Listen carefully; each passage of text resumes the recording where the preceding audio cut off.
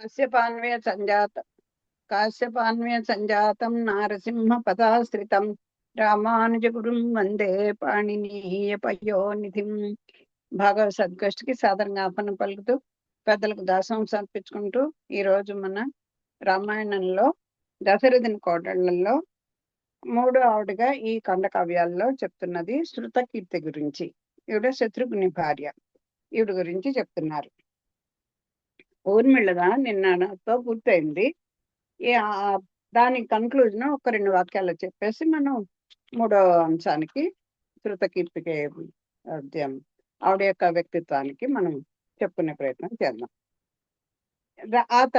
ఆ లక్ష్మణస్వామితో లక్ష్మణస్వామి ఆ మురుముల యొక్క పర్మిషన్ తీసుకున్నాక చాలా సంతోషించిన వాడై ఆఖరికి ఎలాగా రాజవీధుల్లోకి వచ్చేస్తున్నాడు. హాయిగా ఆనందంగా వచ్చేస్తున్నాడు.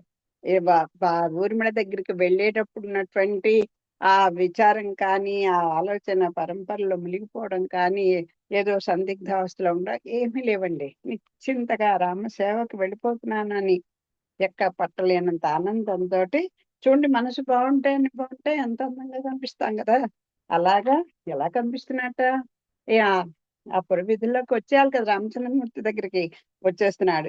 ఊర్మిళ తన చివరి మాటలను భర్త పాదములపై బొట్టు పెట్టినట్టుగా పలికి వాని పాదములంటగా లక్ష్మణుడు ఊర్మిళ లెస్సగా పలికి తూలెమ్మని ఊర్మిళను పోగలించుకోను. ఈయన కూడా ఆయన కృతజ్ఞతని ఆవిడ్ని ఆలింగనం చేసుకుంటూ తెలియజేశాడు. తన వనవాస యాత్ర నిశ్చయమైందని మనసులో సంతోషించాడు. ఆయనట ఆ రాజవీధిలోకి వస్తుంటే ఎలా ఉన్నట, మేలి బంగారమున అపహాస్యం మేలిమి బంగారమున అపహాస్యం చేయు శరీర కాంతితోను బంగారం మెరిసిపోతున్నాడు అంటాను చూసారా, అలా మెరిసిపోతున్నాడండి. అలాంటి శరీర కాంతి.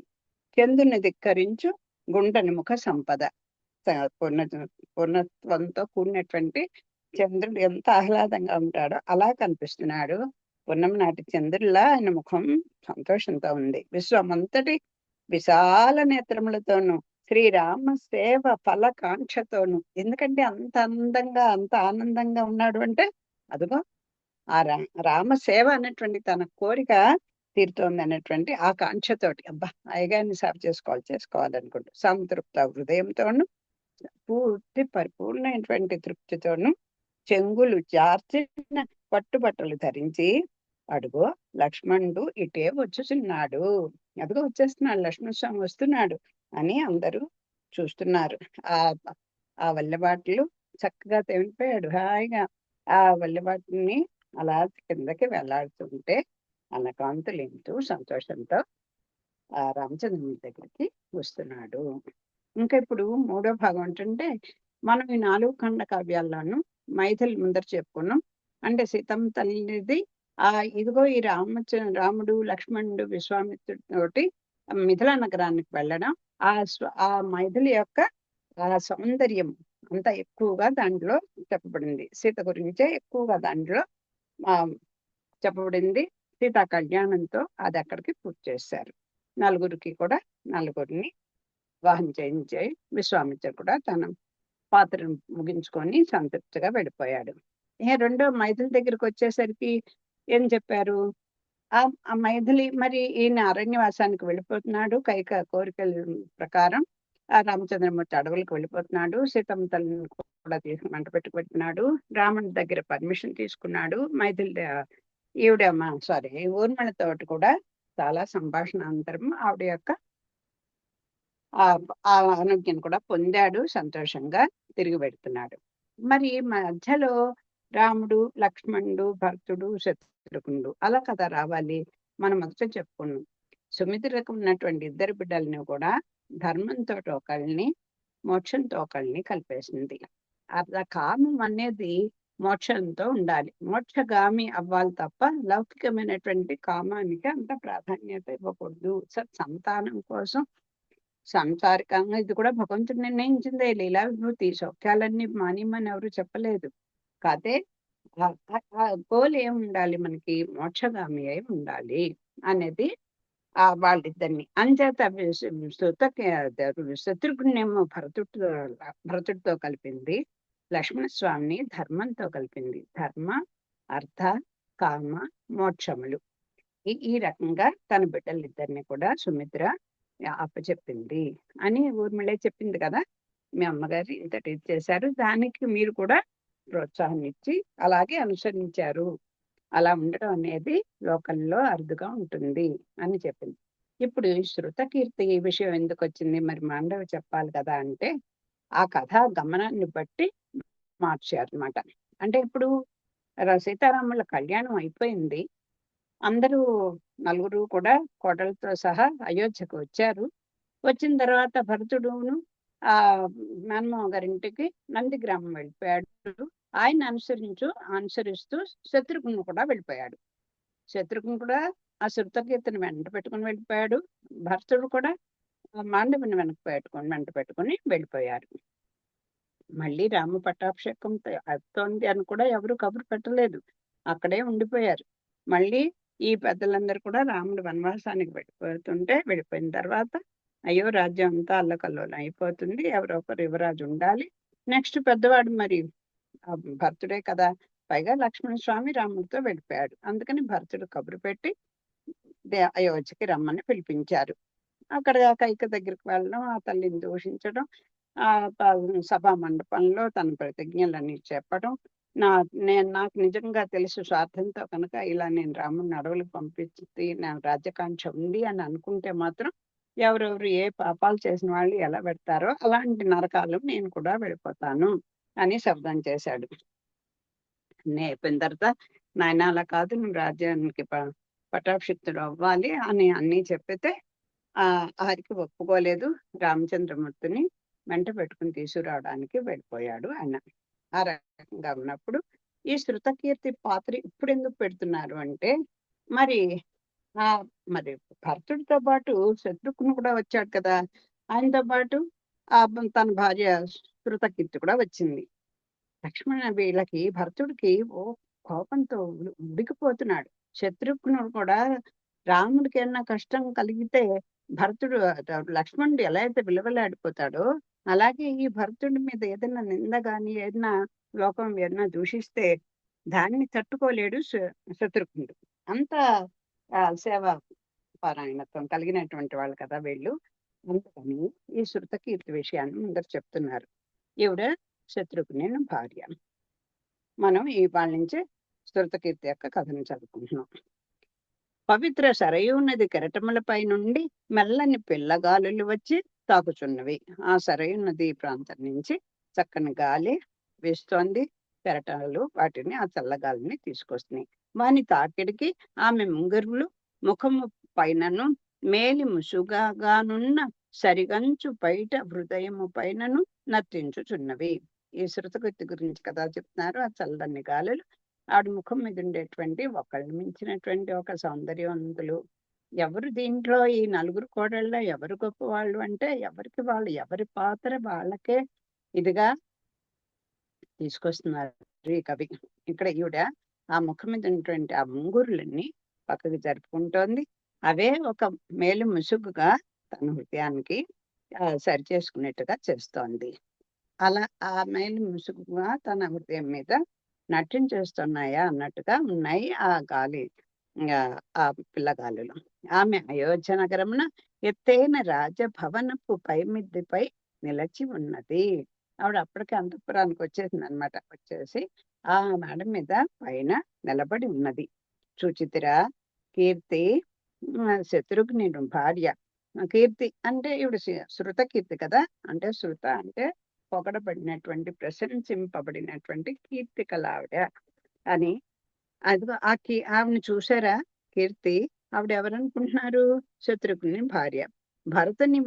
భరతుని వాని మేనమామ పిలువగా ప్రయాణమై వెళ్ళుచు తన సవత తల్లి అయిన సుమిత్ర చిన్న కొడుకు శత్రుఘ్ని తన వెంట రమ్మెనను. భరతుడు వెళ్ళిపోతూ అప్పుడు నాయన నువ్వు కూడా నాతో రారా అని భరతుడు పిలిచాట. పిలిచేసరికి ఆయన వెనకాల ఈయన వెళ్ళిపోతున్నాడు. ఎవరైనా సవత తల్లి కొడుకు అయినా కూడా వాళ్ళకి ఆ తారతమ్యం లేదు, సొంత అన్నదమ్ములాగే వీళ్ళందరూ ఉంటారు. అలాగా అనగానే ఆ అన్నగారు పిలవగానే వెళ్ళిపోయాడు. భరతునికి అతడు ప్రేమపాత్రుడు. ఎందుకండి ఆయన్ని పిలిచాడంటే, ఆయన రామచంద్రమూర్తికి లక్ష్మణుడి మీద ఎంత ప్రేమ, భరతుడికి కూడా ఈ శత్రుఘ్నుడి మీద అంత ప్రేమ. శత్రుఘ్నునితో అతని భార్య శృతకీర్తియు సూర్యునితో అనుసరించి వెళ్ళు ఛాయ వల్లే వెళ్ళెను. వీళ్ళందరూ కూడా ఆ భర్తల్ని ఒక నీడలాగా అనుసరిస్తున్న వాళ్ళుగా ఉన్నారు కనుక అలా ఒక ఛాయలాగా వెళ్ళాడు.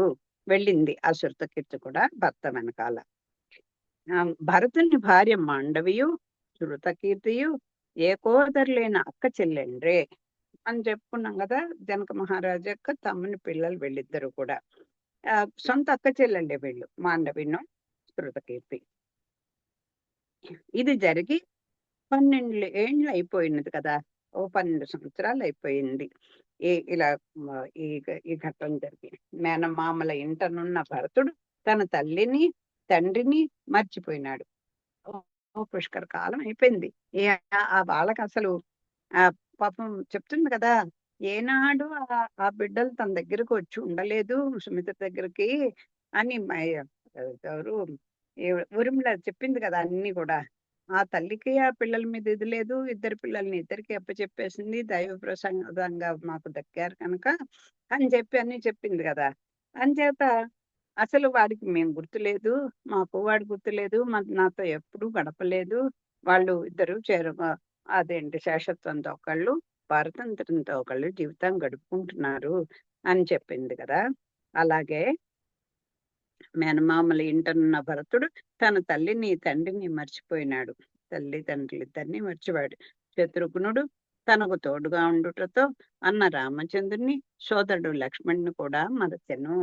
అది ఈ శత్రుఘ్నుడు ఎంతటి వాడంటే శత్రుఘ్నుడు తనకు తోడుగా ఉన్నాడు కదా అని భరతుడికి ఇంకా రామలక్ష్మణులు ఇద్దరిని కూడా మర్చిపోయాటండి. తల్లిదండ్రులే కాదు అన్నల్ని కూడా మర్చిపోయి తను గడుపుకుంటున్నాడు. దీనికి తనతో ఉన్న శత్రుఘ్నుని పరమ విలక్షణమైన సద్గుణములు కారణములు కావచ్చును. ఎంత సవతి తమ్ముడి మీద అంత ప్రేమ ఎక్కడి నుంచి వచ్చింది అంటే అదిగో ఆయన యొక్క శత్రుఘ్నుని దగ్గర ఉన్నటువంటి మంచి లక్షణాలే దానికి కారణం అయి ఉండాలి అని అంటున్నారు. శత్రుఘ్నుడును కైకేయీపుత్రుడైన భరతుని స్నేహమును తన జీవితం లభించిన అదృష్టముగా భావించుచుండును. ఈ శత్రుఘ్నుడు కూడా అంతకన్నా ఆనందంగా ఉంటున్నాడు. ఎందుకని, ఇదిగో నా అన్నగారికి ఇంత ప్రేమ, ఇలాంటి అన్న నాకు దొరకడం అదృష్టం అన్నట్టుగా ఆయన ఉంటున్నారు. మరి కైకేయో కౌసల్యాతనయుడైన శ్రీరామచంద్రుని సద్గుణములచే అతనినే తనయునిగా ఆదరించుచుండును. అదేంటి మరి భరతుడు వెళ్ళిపోతే ఆ కైక బాధపడట్లేదా? అప్పుడు పెళ్ళయింది, వెళ్ళిపోయారు ఎవరికి వాళ్ళు, తనకి ఏమీ బాధ కలగట్లేదా? మరి కైకేయి ఎలా వదులుంటోంది ఆ భరతుడిని అని అంటే, ఇదిగో కౌశల్యాతనుడైనటువంటి ఆ రామచంద్రుడే తన బిడ్డ, ఆయన యొక్క సద్గుణాలు చూసుకొని ఇంకా ఆయనతోటే మురిసిపోతూ ఉన్నది. అలా ఉన్నది ఆదరించుచుండును. ఈ కారణం చేతనే కౌసల్యాతనుడైన శ్రీరామచంద్రుని సద్గుణములచే అతన్ని తన తనయునుగా ఆదరించుచుండును.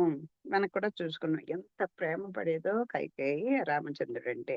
ఈ కారణముల చేతనే భరత శత్రుఘ్నులు అయోధ్యలోని తన ఆత్మీయులను వదిలి వారికి దూరంగా ఉండుటచే కలుగు దుఃఖమును ఏమాత్రమును పొందక ఉండగలిగిరి. అది ఈ ఆత్మీయులందరికీ దూరంగా ఉన్నారు వీళ్ళిద్దరు. ఉన్నా సరే వాళ్ళకి బాధ లేదు, వీళ్ళకి అంత ఆ లోటు కనపడలేదు. ఎప్పుడో తన బిడ్డలు వాళ్ళకి గుర్తు రాకుండా ఉంటారంట, అది కాదు. కానీ ఇగో ఈ రామచంద్రుని యొక్క సద్గుణములతో ఇక్కడున్న ఈ తల్లులు పొంగిపోతున్నారు. అక్కడ ఆ శత్రుఘ్నుడు భరతుడు వాళ్ళ ఇద్దరు కూడా ఒకే ప్రాణంగా ఉండడం చేత వాళ్ళకు కూడా వీళ్ళకి దూరంగా ఉన్నామని దుఃఖాన్ని మర్చిపోయారు. వారిని హృదయమును పొందక ఉండగలిగిరి. వారివి హృదయమును స్పర్శించు బాంధవ్యములు. వాళ్ళిద్దరు ఏమిటి అంటే ఏం మాటలు చాలవు. ఎక్కడ వాళ్ళ ఆత్మీయత ఇలాంటిది అని చెప్పడానికి అది మనసుకు తాకేటువంటి ఆనందమే తప్ప చాలా ఆనందంగా ఉంది అంటే ఎలా చెప్పగలరు? ఏదైనా ఒక వస్తువు నోట్లో వేసుకుంటే ఏ పంచదారనో, పట్టుపళ్ళనో ఏదో వేసుకుంటే అబ్బా! చాలా తీయగా ఉంది. ఉంది అంటే ఎలా ఉంది? ఎలా ఉంది? బావుంది, బావుందంటే ఎలా ఉందంటే చెప్పలేం కదా! అలాంటిది వాళ్ళ బాంధవ్యం. భరతుడున్న చోటనే శత్రుఘ్నుడు దివ్యదేశముగా భావించును. ఈయనకి కూడా ఇదే, ఇదే అయోధ్య అని అనుకున్నట్టుగా ఉంటున్నారు. వాళ్ళు ఎక్కడుంటే అక్కడేనండి. అదే, అదే ఒక దివ్య దేశంగా భావించాట శత్రుఘ్నుడు. భరతునే తన ఆత్మ పోషకునిగా ఎంచును. అది. నాకు ఆత్మోజ్జీవనం ఎవరి వల్ల? ఆ పారతంత్ర్యం. నేను భరతుడికి ఆయన ఎలా అంటే అలా నడుచుకోవడానికి తగిన వాడిని అన్నదే ఈ శత్రుఘ్నుని యొక్క ఉద్దేశం. భరతుని పాదార్చనయే తన్ను ఉద్ధరించునని నమ్మును. నాకింకా ఎప్పుడు నా ఆ భరతుని యొక్క పాద సేవ చేసుకున్న పరంధాముడు రాముడు. వీళ్ళందరూ కూడా శేషపుత్రులే. అంటే భాగవతుల సేవ చేసుకోవడమే మనం కోరుకోవాల్సింది. భగవంతుని సేవ కంటే భాగవతులకి సేవకుడుగా ఉన్నాడు శత్రుఘ్నుడు. ఇలా కోరుకున్నాడండి. మలాకారుడు కూడా ఇలా కోరుకున్నాడు కృష్ణుని. నీ నీ నీ పాదార్చకులతోడి నెయ్యమును అని చెప్తాడు. అదే కా చక్కని పద్యం అక్కడ మర్చిపోయాను. నీ నీ పాదంలో అర్చించే వాళ్ళతోటి నెయ్యి నాకు కావాలి అని కోరుకున్నట్టుగా ఈయన అదే పంధాలో శత్రుఘ్నుడు ఉంటున్నాడు. ఆ భరతుని పాదసేవ చేసుకోవడమే నాకు నా నా ఆత్మ జీవనానికి అదే దారి తీస్తుంది అని నమ్మినటువంటి వాడు. భరతుని వద్ద పారతంత్ర్యం వహించి ఉండుటే తాను పొందదగిన ఫలమని విశ్వసించును.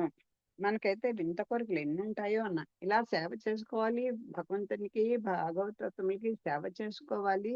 అదే మనకి ఆత్మజీవనానికి కారణమవుతుంది. అదే మన స్వరూపమై ఉండాలని ఎంతమంది ఉంటారండి?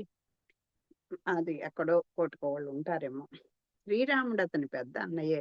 కానీ వానిపై శేషత్వం ఏమాత్రము చూపడు. పారతంత్ర్యము అసలు లేనే లేదు. ఇంకా భరతుడు బాధపడతాడని చెప్పి ఆ రాముడిని, లక్ష్మణుడిని అలా కొంచెం గుర్తెచ్చుకుని రామచంద్రమూర్తిని ఈయన సేవిస్తున్నాడు, మనం సేవించకపోతే బాగుండదేమో అన్నట్టుగా ఉంటాడు తప్ప శేషత్వము లేదు, పారతంత్ర్యము లేదు. అంటే భాగవత సేవ అయిన తప్ప భగవంతుని సేవలో ఈయన ఎప్పుడూ గడపలేదు. భరతుడు రామచంద్రుడినే అనుక్షణము ఆరాధించుతున్నందున భరతుని సంతుష్టికై వానితో కలిసి శ్రీరాముని సేవించుతుండను.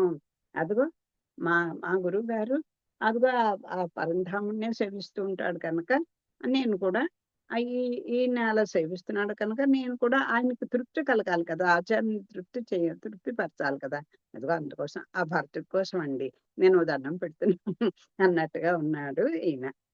ఎవనికి గాని రామభక్తి అను విషయము ఎప్పుడును ఎవనికి గాని రామభక్తి అను విషయం ఎప్పుడును రాకూడదు. అంటే ఏమని చెప్తున్నారు? అదేంటండి భగవంతుని మర్చిపోయి ఉండాలా అంటే ఎక్ ఉండాలి. భగవంతుడే కావాలి.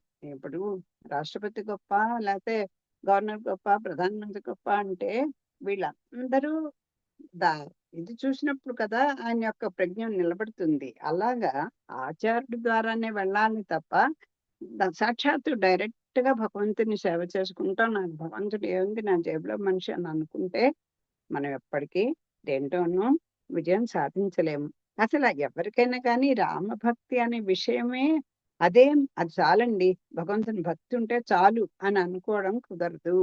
అది స్వాధికారమును దూరం చేయును. అది మన అది మన అధికారాన్ని దూరం చేస్తుంది. అధికారం ఏమిటి మనకి? మనం ఏదో అందరికన్నా గొప్పగా ఉంటే అది అధికారం అనుకుంటాం. అది కాదు. అది ఆ భాగవతోత్తములకు దాసులుగా ఉండడమే అదే మనకి అధికారము. భరతుడు భాగవత శ్రేష్ఠుడు. భరతుడు ఆ భాగవత శ్రేష్ఠుడు. అతని యందు భక్తి కలిగి ఉన్నా చాలు. ఆయన యందు భక్తి కలిగి ఉంటే నాకు చాలు. రాముని ఇతరులతో పోల్చి చూచుటకు వీలు కాదు. రాముని చూచిన వాడెవడైనను వానికి మోహము కలిగి తీరును. దాని వలన ఇంద్రియముల వశము తప్పును. అట్టివాడు ఎట్లు సేవ చేయగలుగునని శత్రుఘ్నుడు చెప్పుచుండును. ఎందుకండి అంత రాముడిని చూస్తే రాముడు అక్కర్లేదు నాకు భరతుడే చాలు చాలు అని ఎందుకు అనుకుంటున్నట్ట? ఆయన మీదేమి కోపం కాదండి. పుంసాం మోహన రూపాయ అని కదా! అందరిని మోహింపచేసేటువంటి తత్వం. అది సేవకి ప్రతిబంధకం అవుతుంది. ఎవరన్నా ఆహ్, హ్మ్, ఒక భగవతత్వములు ఎంతో మహానుభావులు వస్తుంటారు. వాళ్ళ యొక్క దివ్యమంగళ విగ్రహాన్ని చూస్తూ ఉండిపోతాం. అబ్బా! అబ్బా! అనుకుంటూ వాళ్ళని అలా మనస్ఫూర్తిగా నకశిక పర్యంతం మనం వాళ్ళని వీక్షిస్తూ ఉంటాం. అప్పుడు వాళ్ళకి సేవ చేసుకోవాలనేటువంటి ఇది కూడా పరాకు కూడా మనకు కలిగిపోతుంది. అదిగో అలాంటిదండి రాముడు. ఆ దివ్యమంగళ విగ్రహం ఎవరినైనా మోహింపచేసేస్తాడు. అంచేత ఇంద్రియాలన్నీ కూడా వశం తప్పిపోతాయి. అలాంటప్పుడు అలాంటి వానికి ఎలా సేవ చేసుకోగలం అని చెప్తూ ఉంటాడట శత్రుఘ్నుడు. ఇక భరతుడు తన మేనమామల ఇంటికి వెళుచు పాదుకలను ధరించి వెళ్ళినట్లుగా శత్రుఘ్ని తీసుకొని వెళ్ళెను. అసలు ఇక్కడ పాదుకల ఘట్టమే లేదు. అదిగో పెద్దలు ఎవరైనా పెడుతూ ఉంటే పాదుకలు పట్టుకొని ఆ పాదుకలు ధరించి వెళ్ళాలి కదా! అలాగా ఈ శత్రుఘ్నుని ఆ వెనకాల తీసుకొని వెళ్ళాడట తన పాదరక్షలకులుగా. అంటే ఆయనకి ఆయనకి ఆయన పాదాలని సేవించుకోవడానికి ఒక సేవకుడుగా అన్నట్టుగా ఈయన భావన. ఆయన పాదుకలను వదిలి వెళ్ళలేరు కదా ఎవరైనా. అలాగ తీసుకొని వెళ్ళాడట భరతుడు. అప్పుడు శత్రుఘ్నుడు తన భవిత ఎట్లుండునని యోచించలేదు. అది. అసలేమిటో ఒక్కసారి కూడా వీళ్ళకి ఆలోచన రాదా? ఏమిటో ఈ భరతుడు రమ్మంటే వెళ్ళిపోతున్నాను. నా జీవితం అంతా ఇలా ఈయన సేవలు చేసుకుంటూ ఉండడమేనా? అయ్యో! నాకంటూ ఒక తల్లి, రాజ్యం, అది ఆ భోగాలు వాటి మీద ఏమీ లేవా? అనుకుంటూ అసలు ఆ ఆలోచనే రాలేటండి. తన అభిరుచులకు ఆ నగరం సరిపడి ఉండునా అని సందేహించలేదు. ఈయనకి ఎవరికో ఒక్కొక్కళ్ళకి ఒక్కొక్క ఇంట్రెస్ట్‌లుంటాయి కదా! అసలు నా అభిరుచులకి ఇవన్నీ తగి ఉంటుందా? ఇక్కడ నాకు బావుంటుందా? అనే ఒక డౌటే రాలేట. ఇట్లు అకారణముగా తలవని తలపుగా వానికి భగవద్భక్తుడగు భరతుని సేవ ప్రాప్తించినది. ఇదిగో ఆ భగవంతుని మీద గానీ, ఆచార్యుల విషయంలో గానీ, పెద్దల యొక్క విషయంలో కానీ, మనకొక మంచి అభిరుచి కలిగింది అంటే, అది దైవదత్తంగా రావాల్సిందే. మనకి మంచి సంకల్పం ఉండాలి, ప్రయత్నం ఉండాలి, వాటి మీద విశ్వాసం ఉండాలి. అవి ఇంకా వాటికి మెరుగుపెడతాయి. కాతే అది తలవంతలముగా ఒక కారణంగా ఏమీ కారణం లేదండి. నన్ను ఆయన పరమ భక్తుడు భరతుడు. నన్ను వెంట పెట్టుకుని వెళ్ళిపోయాడు. అలా ఆ రకంగా భరతుని సేవ నాకు ప్రాప్తించింది. అభిమానము సిద్ధించింది. ఆయన ప్రేమగా చూడకపోతే ఒక సేవకుడుగానే భావించి ఏదో నా తోడుగా ఉంటావు రా అని పిలవలేదు కదా! అభిమానం కూడా ఈయన పొందగలిగాడు. భరతుడు పరమ పవిత్ర రామపాద పద్మములపై భక్తి భావము కలవాడు. భరతుడికి ఇంక మరి చెప్పక్కర్లే. ప్రపంచం ఏంటి అంటే ఇంక భరతుడే, రాముడే. ఇంకొకటేమి రాముని యొక్క ఆ శ్రీచరణాల మీదే ఆయనకి రుజుత్వం కలిగినటువంటి వాడు. ఆ నమ్మకం కలిగినటువంటి వాడు. ఆ భాగ్యశాలి యందు భక్తియే శత్రుఘ్నునికి లభించినది. అంటే ఎప్పుడైనా ఎవరితోటి సఖ్యతగా ఉండాలి అంటే వాళ్ళలో ఒక మంచి గుణాలు పెద్దల మీద భక్తి, ఆచార్యుల మీద భక్తి, భగవద్గీతల మీద ఆదరణ, భగవంతుని మీద విశ్వాసము, పెద్దల మాట యందు ఒక నమ్మక నమ్మిక అవన్నీ ఉన్నప్పుడే కదా! ఎవరైనా ఎందుకు అలా మనతో ఉంటారు అంటే వాళ్ళకి కోరుకున్నటువంటి లక్షణాలు వీళ్ళల్లో ఉంటే కదా మనం అబ్బా! చాలా మంచివాడండి. వాడి గురించి చెప్పక్కర్లేదు అని అంటారు చూసారా? అదిగో ఆ రకంగా నాకు ఆ భాగ్యశాలి యందు భక్తియే శత్రుఘ్నునికి లభించినది. ఇట్లే అన్నదమ్ముల పొత్తు పెరిగినది. అదిగో అలా దినాభివృద్ధి చెందిందిట భరతుడికిను, శత్రుఘ్నుడికి ప్రేమ. వీళ్ళిద్దరూ రామలక్ష్మణుల వలె వీడని జతగా కూడి ఉండిరి. అసలు సొంతన్న గారు లక్ష్మణుడు. ఆయనేమో ఆ రాముడి దగ్గరికి చేరిపోయాడు. ఈ శత్రుఘ్నుడేమో భరతుడి దగ్గరికి చేరిపోయాడు. ఇదిగో వాళ్ళిద్దరూ రామలక్ష్మణులు ఎలా అయితే ఒకళ్ళకొకళ్ళు నీడగా ఉండి అలాగా ఒకే ప్రాణంగా ఉంటారు. ఈ జంట కూడా అలాగే ఉన్నారు. ఆ విధమగు ఆత్మబంధముతో భరత శత్రుఘ్నులు కలిసి ఉండగా కాల ప్రవాహము పొంగి పొర్లుచు 12 గడిచిపోయినవి. అలా 12 సంవత్సరాలు గడిచిపోయింట మేనమామల ఇంట్లోనే వీళ్ళలా ఉండిపోయారు. ఒకనాటి తెల్లవారుజామున మాండవీపతి భరతుడు ఒక దారుణమైన కలగనెను. అలా హాయిగా జరిగిపోతుంది వాళ్ళకి కాలం. 12 సంవత్సరాలు కూడా చాలా తల్లిదండ్రులు గుర్తు రాలేదు, అన్నదమ్ములు గుర్తు రాలేదు, రాజ్య భోగాలు గుర్తు రాలేదు. హాయిగా మేనమామ గారింట్లో ఈ అన్నదమ్ములిద్దరూ తన భార్యలతోటి హాయిగా సుఖ జీవనాన్ని గడిపేశారు. ఒక రోజున తెల్లవారుజామున భరతుడికి ఒక భయంకరమైనటువంటి కల వచ్చిందండి. అది చెప్పుకొస్తున్నారు. అంటే ఈ నలుగురు కోడళ్ళలోనూ మనం కొంచెం లోతుగా పరిశీలన చేస్తే అందరికన్నా కూడా త్యాగశీలి ఎవరు అంటే ఊర్మిళే కదండి. ఆ సీతమ్మ తల్లి రామచంద్రమూర్తితోటి కలిసుంది. ఏదో రావణాసుడి దగ్గర కొద్ది నెలలు మాత్రమే అక్కడ ఆవిడ దూరంగా ఉంది తప్ప రాముడితోటే ఉంది. మరి భరతుడు శత్రుఘ్నుడు కూడా వారి వారి భార్యలతోటే ఉన్నారు. ఈ లక్ష్మణస్వామి ఊరికే పేరుకున్నాడు కానీ మనం చదువుకున్నాం. ఒకసారి 2 సార్లు ఆవిడని అడవులకు వెళ్ళిపోయేటప్పుడు ఒకసారి, అదిగో కాపురానికి వచ్చిన మొదటి రోజున గృహప్రవేశం అయిన ఒక రోజుని. వాళ్ళు ఎక్కడ నిజంగా ఎవరు ఇన్ని రకాలుగా ఇన్ని కోణాల్లో అందరినీ, అత్తల్ని, అక్క చెల్లెళ్ళని, ఆ రాజ్యాన్ని, ఆ మామగారి యొక్క అత్తగారుల యొక్క మనస్తత్వాన్ని, రాజ్యాన్ని ఎలా కాపాడుకోవాలి అనేటువంటి దానికి ఈవిడ వంతు ఏం చేయాలి అనేటువంటి ఇవన్నీ కూడా ఎంత త్యాగమూర్తండి. అలాగా ఉన్నటువంటి ఆవిడ అదెవరు ఊర్మిళ. మరి ఈ ఈ శృతకీర్తి ఏం చేసింది? ఎవరికి వాళ్ళేనండి చెప్తున్నారు. ఒక రోజుంట ఒకనాటి తెల్లవారుజామున మాండవీపతి ఆ మాండవి యొక్క భర్త అయినటువంటి భరతుడు ఒక దారుణమైన కల కనెను. ఆ సమయమున వచ్చిన కలలోని విషయములు జరిగి తీరుననియు అవి వృధా కావనియు కలతపడి భరతుడు ఏదియో చెడుగు తండ్రి దశరథునికో అన్న రామునికో తనకో మరి ఇంకెవరికో కలిగి తీరునని విచారమున మునిగెను. అది ఆ బ్రాహ్మీ ముహూర్తంలో అంటే బ్రహ్మ ముహూర్తంలో తెల్లవారుజామున వెలుగు వస్తుండగా 4, 5 బ్రహ్మ ముహూర్తం 4 నుంచి ఏదో చెప్తారు. ఆ బ్రహ్మ ముహూర్తంలో కనుక ఏదైనా ఒక మంచి కళ వచ్చినా జరుగుతుంది. అందుకే ఈ సంగీతాలు ఇవన్నీ కూడా ప్రాక్టీస్ చేసే వాళ్ళందరూ ఆ టైంలో నీళ్ళల్లో నిలబడి వాళ్ళు ఆ ప్రాక్టీస్ చేస్తారు. అలాగే ఏదైనా ఒక మంచి పని చేసుకోవాలంటే ఎప్పుడు కూడా ప్రశాంతమైనటువంటి సాత్వికమైనటువంటి గుణం మనలో ఉంటుంట. ఆ తెల్లవారుజామున వచ్చినటువంటి మంచి కళ్ళైనా బాగా జరుగుతాయి. చెడు కళ్ళు వచ్చినా కూడా అవి తప్పకుండా జరిగి తీరుతాయి అని పెద్దలు చెప్తారు. అంచేత ఏదైనా ఒక మంచి పని మనం చేసుకోవాలనుకుంటే మనకి దాన్ని నెరవేర్చుకుందుకు తగినటువంటి సమయం ఆ తెల్లవారుజాముని.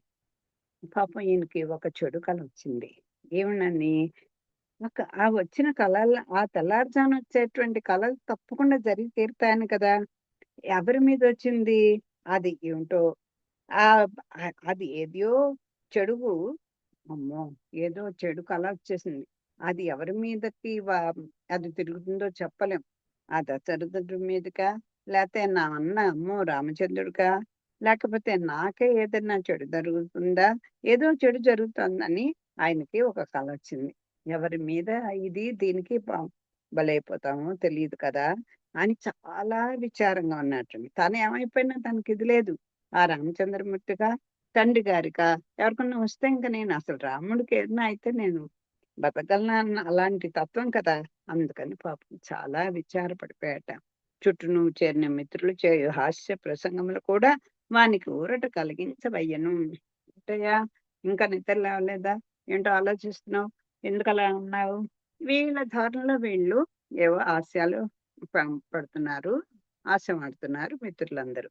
అవన్నీ కూడా ఆయనకి ఏమీ లేదు. ఆ వచ్చిన కళ గురించే ఆయన ఆలోచనలో ఉన్నాడు ఆ రోజంతా. ఇంతలోనే వెంటనే అయోధ్యకు రావలసిందిగా వార్తయు వచ్చెను. వెంటనే పిడుగులాంటి వార్త. 12 ఏళ్ళు అసలు వీళ్ళు ఉన్నారా? తిన్నారా? ఏం చేస్తున్నారు?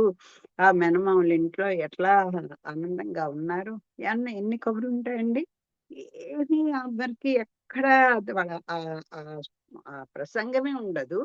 ఉన్న పళంగా ఈ భరతుడిని వీళ్ళని కూడా అయోధ్యకి రమ్మని వచ్చింది.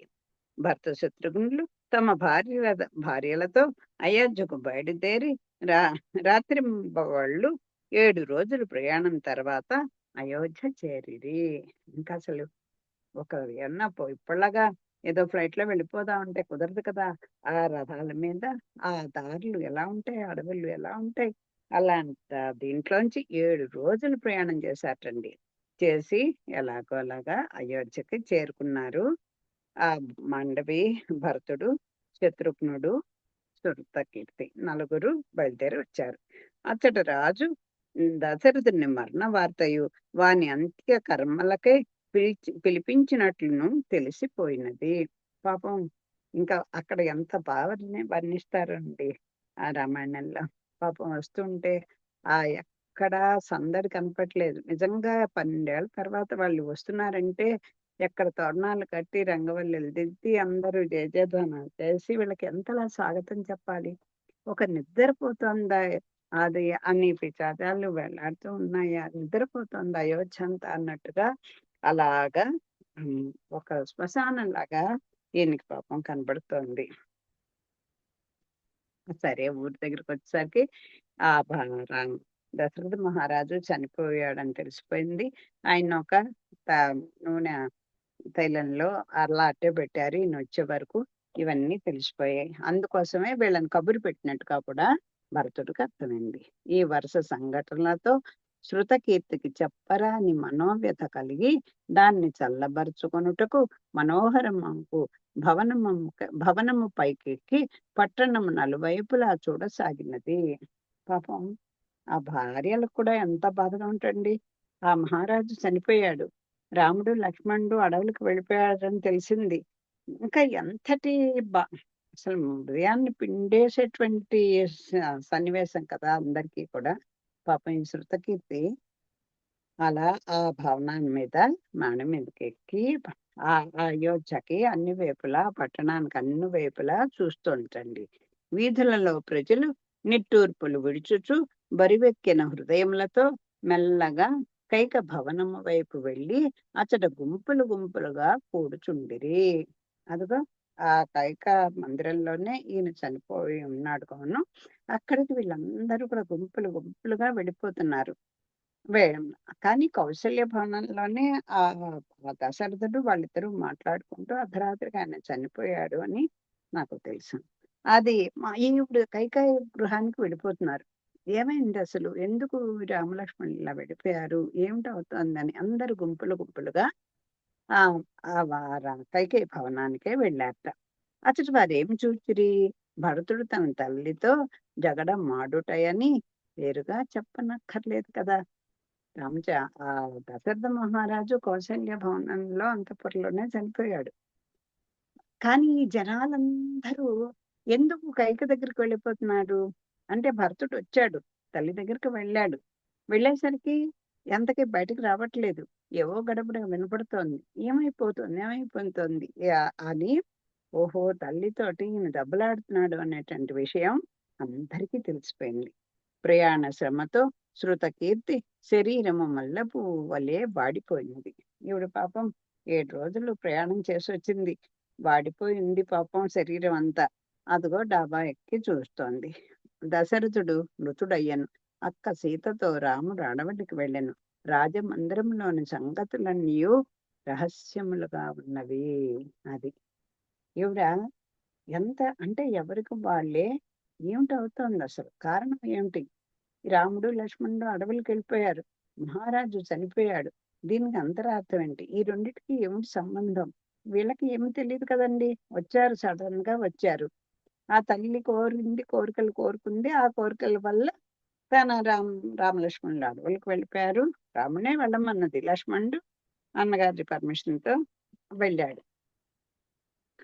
తండ్రేమో చనిపోయాడు. ఏమిటి ఇలా జరుగుతోంది? ఏమిటయింది? ఈ కైకేయి ఇది అందుకని ఆ భరతుడు తల్లితోటి గొడవలు పడుతున్నాడు. ఈవిడకి ఏమీ అర్థం కావట్లేదు. మనసైతే బాధ కలుగుతోంది.